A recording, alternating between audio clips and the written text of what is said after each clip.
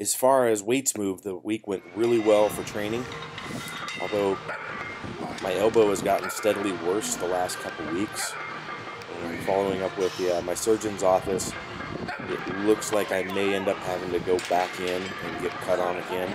It looks like there was some debris that was missed, and it's been causing some major issues. Sorry for the out of focus on the bench on the last one. Still learning my new camera and editing software, playing around with this here. So despite the elbow problems, that was a very good bench session.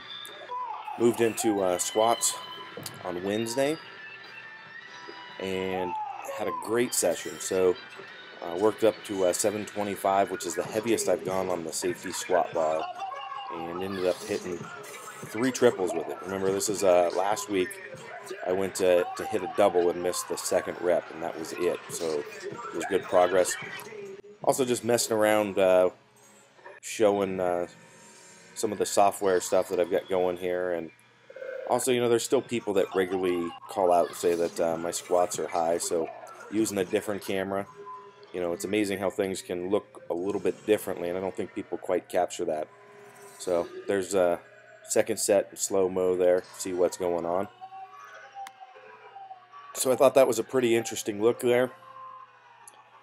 And squat days, if you haven't been following, doing these multiple sets end up by not able to get much of assistance work in. So unlike my bench days, usually I follow up with 3 additional movements.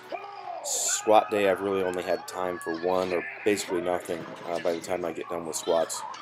That's it. So I've moved back to doing pause squats again.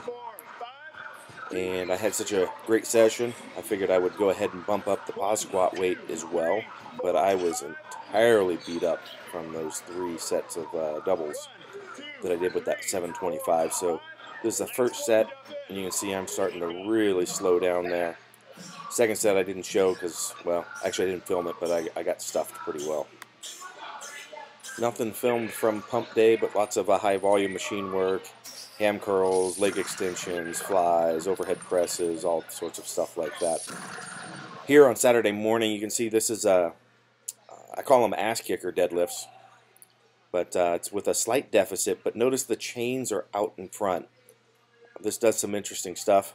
That's my son running in front of the camera there, where the weight actually doesn't, it's not progressively loaded like normal. You've actually got all the weight right off the bat, basically, and sometimes it's even more because you're also fighting friction, and it's pulling you forward the entire time. So it really forces you to fire up those glutes. This was way better than the prior week, and I'm going to make a full training cycle of doing this, because I wasn't happy with you know, how I was finishing my deadlift. Even though last week was a post-surgery PR, there were some things that needed fixing, and this is what I'm going to do to fix it. If you follow my training, you'll notice I never do deficits really much over 2 inches with the sumo, that is. It just becomes an entirely different lift, teaches some bad habits, so I avoid that. Other than that, you know, this training the last couple weeks is starting to come together really well, with the exception of trying to figure out what's going to happen with this elbow. It's certainly holding me back on a few things, but I would really like to compete this fall and winter, and I've got to figure out what I'm going to do about that, whether to go back under the knife. Continuing to post up how-to videos and the full weekly training compilation, so tons of great info out there.